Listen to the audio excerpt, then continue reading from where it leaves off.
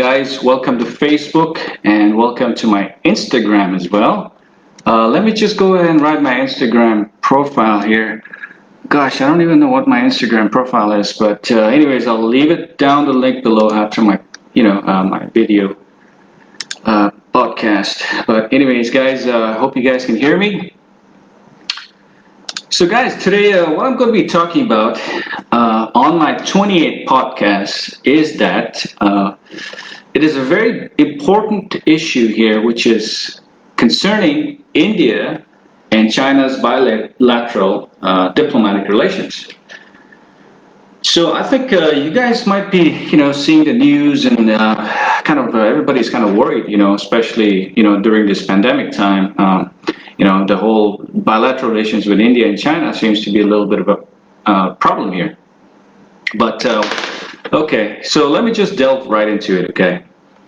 So in the mid-50s, let me just trace back a little bit, and I'll try to stick in this narrative, a little bit of historical narrative, but nevertheless, it sort of pertains to what the narrative I will be proposing. So it is purely my opinions, and I cite a lot of resources, articles. So, most of them are scholarly and peer-reviewed journal articles that I usually cite. Okay, I hope this will kind of, solidify your opinions towards me. Okay. But anyways, in the 1950s, okay, in the 1950s, the U.S. and its Western allies sought to contain communism in Asia following France's defeat in Vietnam Communist and Nationalistic Party.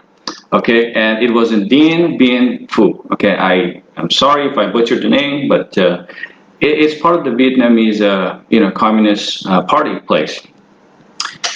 That's when Jawaharlal Nehru, who was then the Prime Minister of India, jumped in to construct a regional security policy here. I think, guys, we will definitely talk a lot about, Nehru's policy here regarding, the diplomatic relations between China and India, and this is the time when I think I will be focusing on, guys. Okay, so yeah, just hang in there.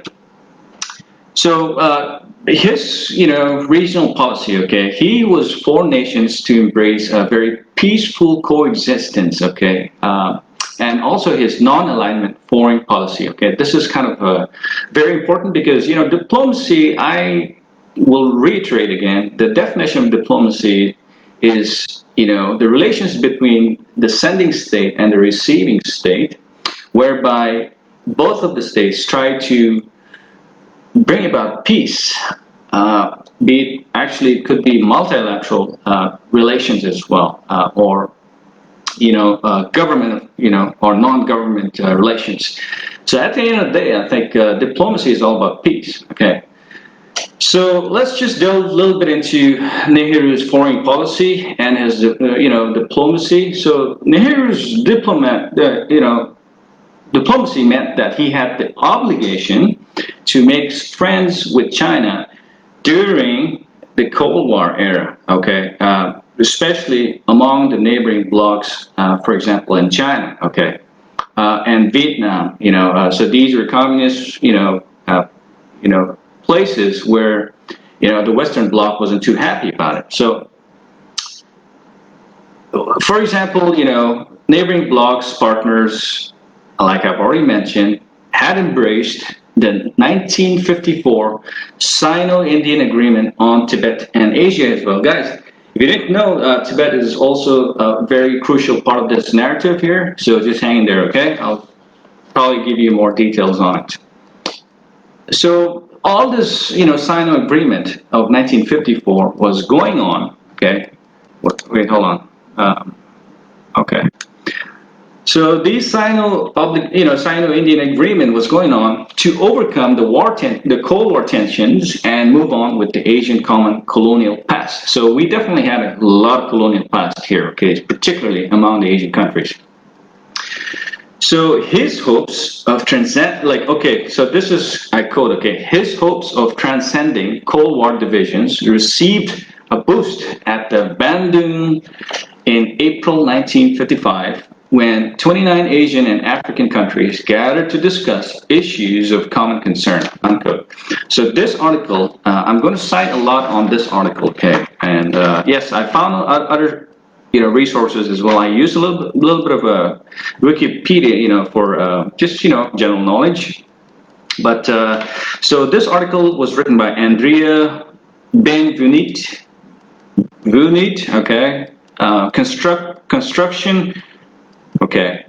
Constructing peaceful coexistence. Nehru's approach to regional security and India's rapprochement with communist China in mid-1950s, unquote. So this was in the journal Diplomacy and Statecraft 31, section 1, pages 91 to 117. Okay, so, India established its diplomatic relations with the People's Republic of China on 1st April 1950. Okay, so this was, I've already explained to you what is meant by, bringing about diplomatic relations from two countries, right? So in India would be Delhi, and in China would be Beijing, right? So this was during, Prime Minister Jawaharlal Nehru and Mao Zedong, Chairman Mao, okay? In 1954, proceeding towards the, diplomatic relations. Okay, we have a guest here in Instagram who's saying, Ran Lamo, okay, hello, how are you? It's nice to meet you here.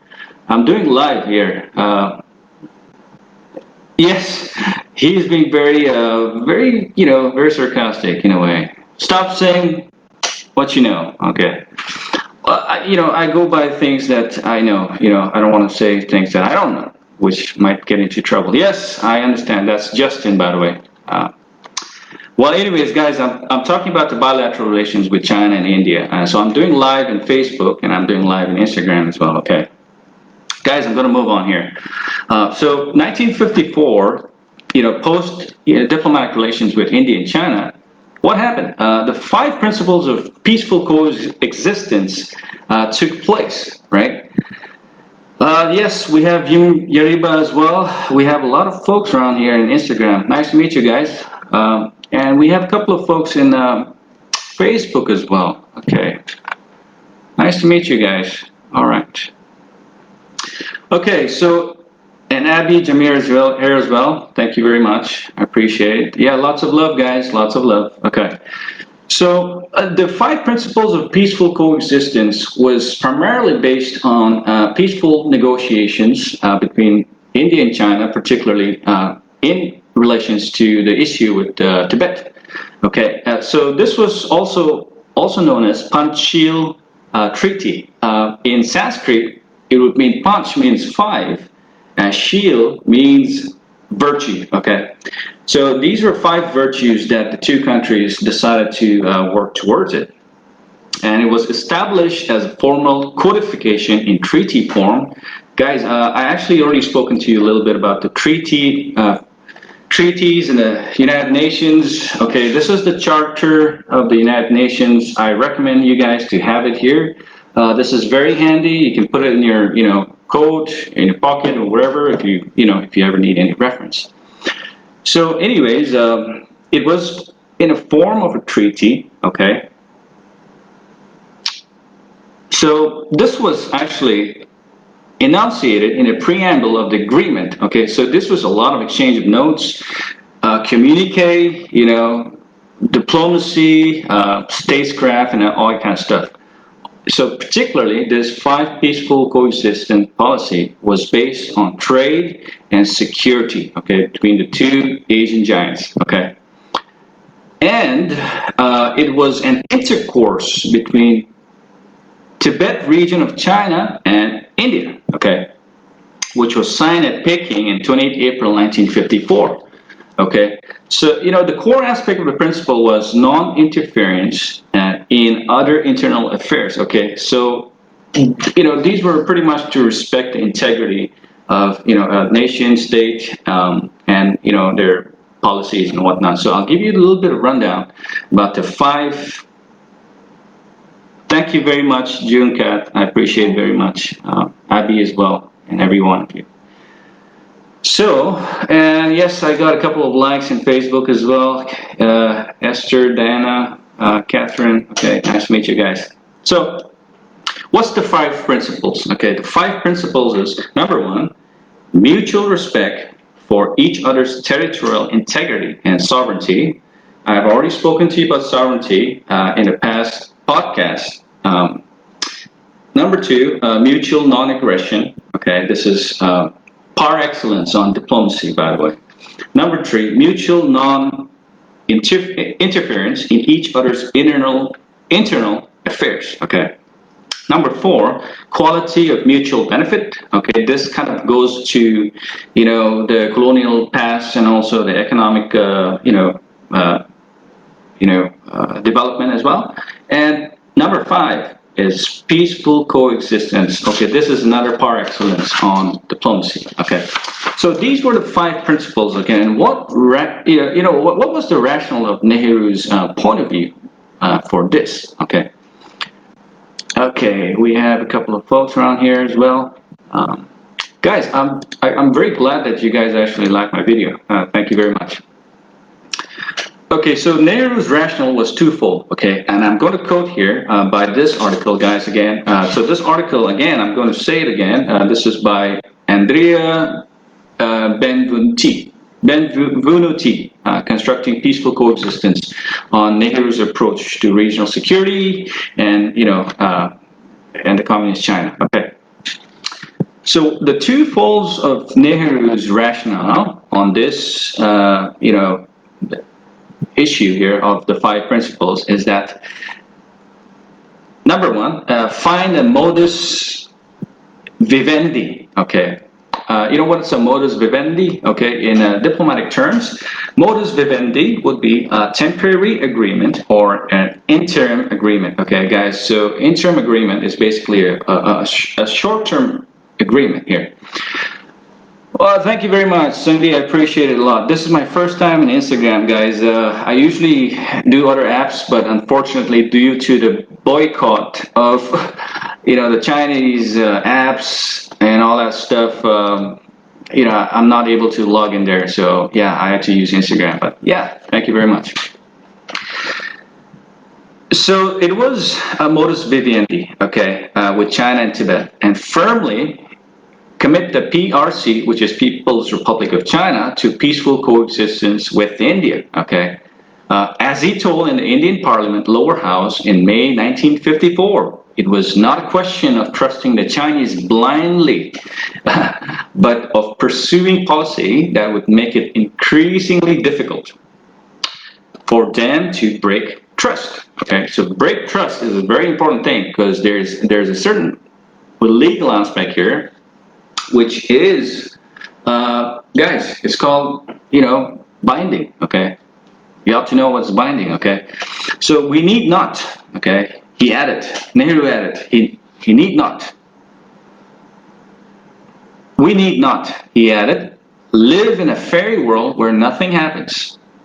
But we can create an environment wherein it becomes a little more dangerous to the other party to break away from the pledges given, unquote.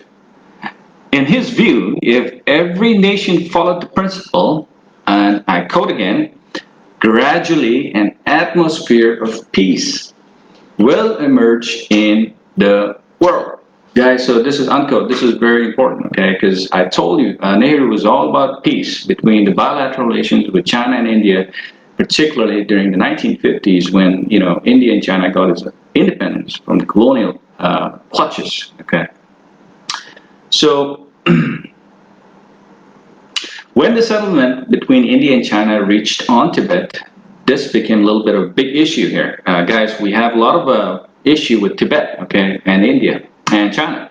So in early April, guys, I was saying about the colonial, so hear this part. In early April, a American Secretary of State, John Foster Dulles, made an announcement that Washington sought Anglo-French support to establish a regional anti-communist united front, and eventually to call upon South Asia Treaty Org, SEATO, unquote.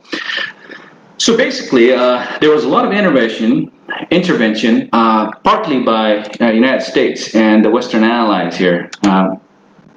So this is something that the Communist Party officials didn't like it, because they were just kind of building up this whole peace treaty and this whole bilateral relations, and suddenly the West comes, and they're like, okay, guys, India should kind of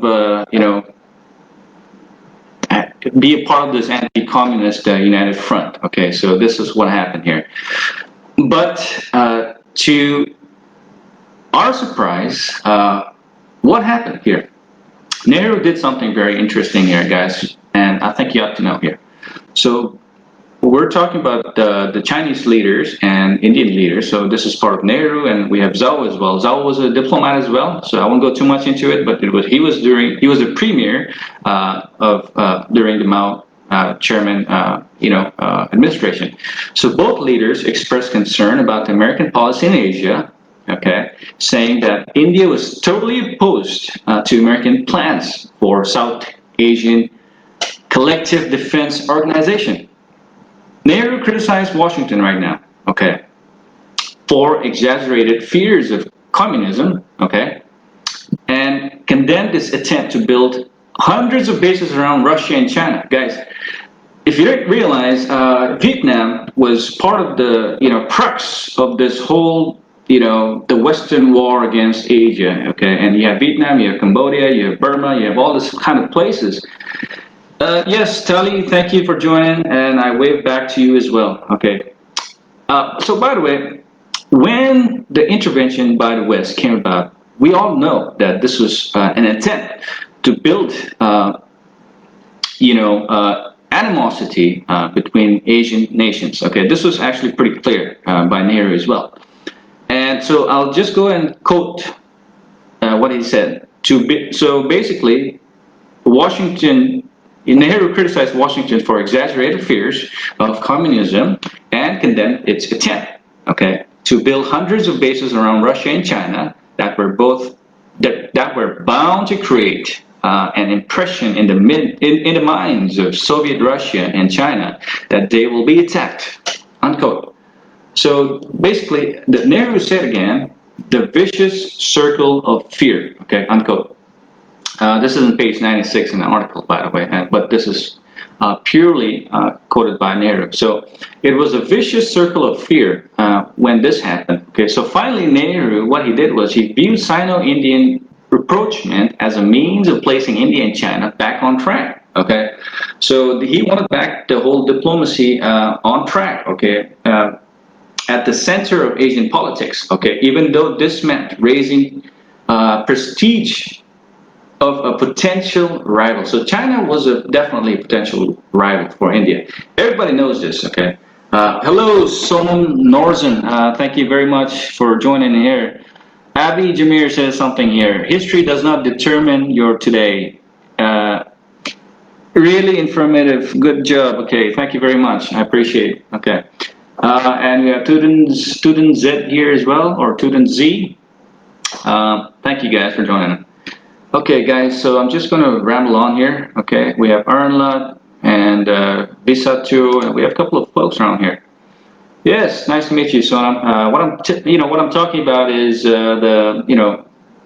Nehru's rationale on India and China's diplomatic relations. So this is part of Tibet as well. I think you're from Tibet, if I'm not mistaken. Tibet or Bhutan. But anyways, you can leave the comment below here. Okay. Nehru viewed the Sino-India rapprochement. Okay, basically he knew that there was a rival here, and the rival was China. Okay, and basically what he wanted to do was he wanted to go to China and see it for himself, what are the deals that he can do. Okay, thank you, Im Song, for joining. Appreciate it. So he went to China eventually. Okay, he went to China during the 1950s. Okay, in the mid-October. I'm not sure exactly what date. I guess you can Google it. But anyways, so what happened there? He went a few days after the Communist Party leadership. Yes, thank you. Yes, pleasure here as well. Met a high-powered Soviet delegation led by Nikita Khrushchev. Okay, guys, I'm sure you guys know who is Nikita Khrushchev. Yeah, I think he was the premier in the communist Russia, by the way, and agreed a mutual declaration support in supporting the 5 principles, guys. So we were talking about the 5 principles here. So he went all the way to China, and he, had political meetings with a lot of delegates from many countries. And what happened was Nehru finally actually agreed on those 5 principles. Okay, where a lot of Asian countries also were agreeing here. Hi, Imli Senla, thank you. Imli Senla Longkumer, thank you very much for joining. And what happened was, with the PRC fully behind the principles, so PRC, People's Republic of China, was also fully on board with this, okay? So basically what happened was Nehru's visit could not begin under better auspices. So basically all the leaders were there, okay? The visit was a success, okay? Wherever he went, Nehru received rapturous welcome. Huge crowds cheering him, while the stage managed such enthusiastic large gathering impressed him very deeply. He told Edwina Mountbatten, guys, I don't know if you know Edwina Mountbatten here. Yes, guys, we have a comment from Yongshin Ayong Jamir. He says, St. Patrick's Cave Committee is watching live from the headquarters. So St. Patrick's team and cave, we call it the team's cave as well, where we kind of rest. Yeah, it's a football club and a football team in Dimapur, guys. So just so you know. Okay, so going back to Nehru, okay. Bimbi Zhao is also here. So guys, going back to Nehru, so his visit to China was a big success, right? And what happened here? Lots of people cheered, okay? 300,000 lined the road of Hsiuan Airfield. I hope I said it right. Hsiuan Airfield to the imperial city, clapping, cheering, shouting, "Long live peace." Long live peace. Okay, there's a reason why the Asians do that, because people love peace out here as well.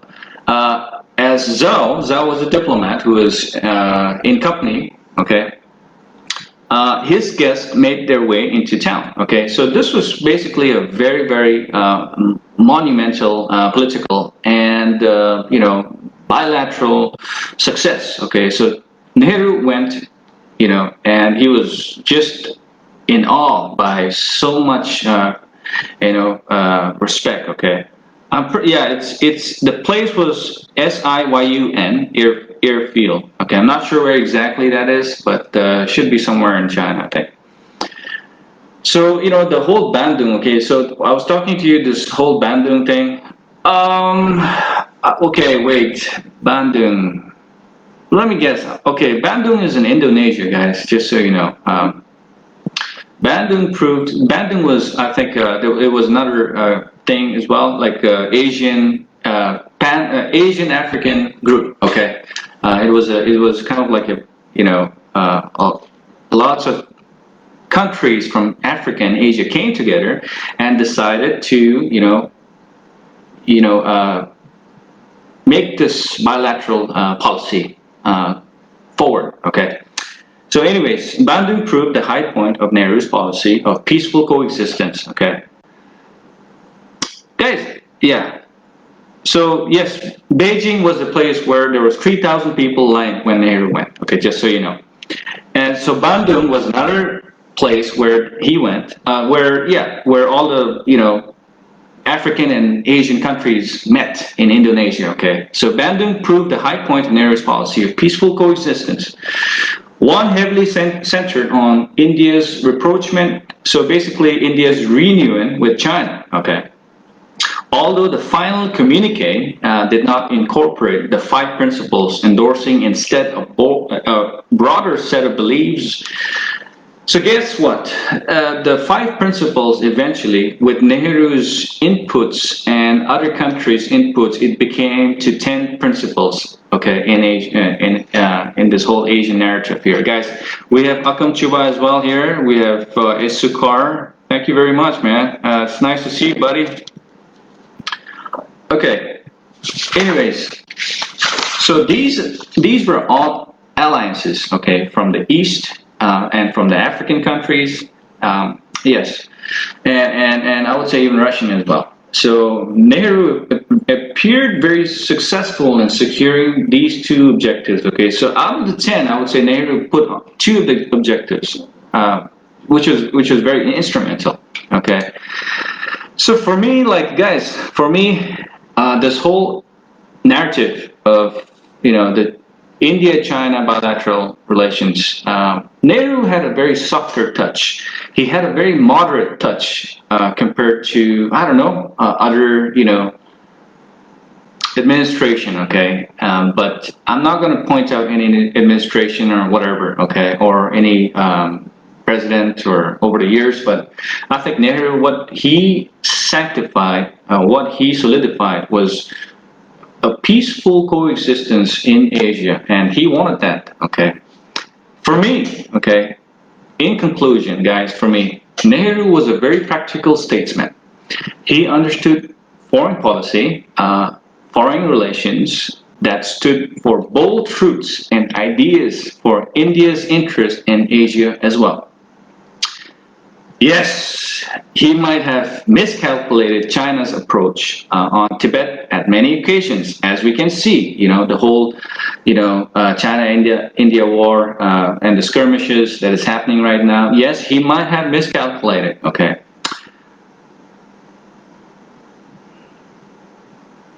But he was a very pragmatic person. Enough for me to recognize that he had limitations, but he also realized that India had limitations on military, on economy, on trade, on social, nation building, state building.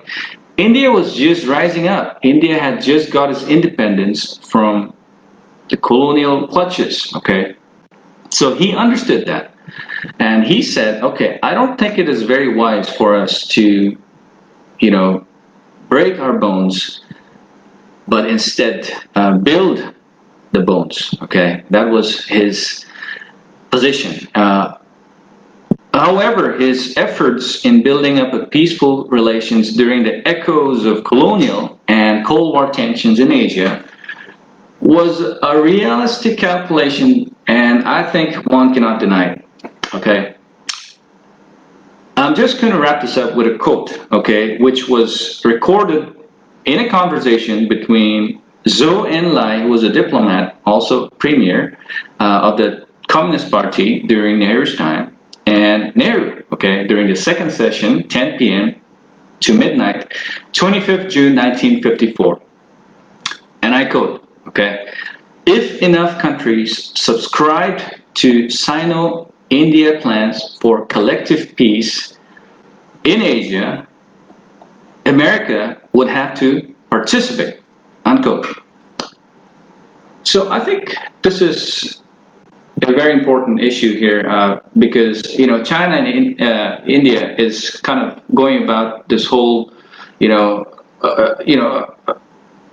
a very divergent route per se, and I think this needs to be curbed out. There's enough division, there's enough, problems in this world already, and I think what we need to do is kind of like, work together out. This is the crux of diplomacy, and this is the crux of human goodness, where peace will overcome, any other things in this world. But anyways, guys, I'm going to wrap this up, and hopefully I will join you guys. Yes, I think I will join you guys on my next podcast, number 21, okay? I'm going to hit 25 soon, but 21. Yes, I'll see you guys next time. And thank you for joining, guys. If you have any comments or questions, please comment down below. And I will be more than welcome to answer your questions and your comments. And we can debate. You can email me as well. I will send you the link down below, or you can check it in my Facebook account.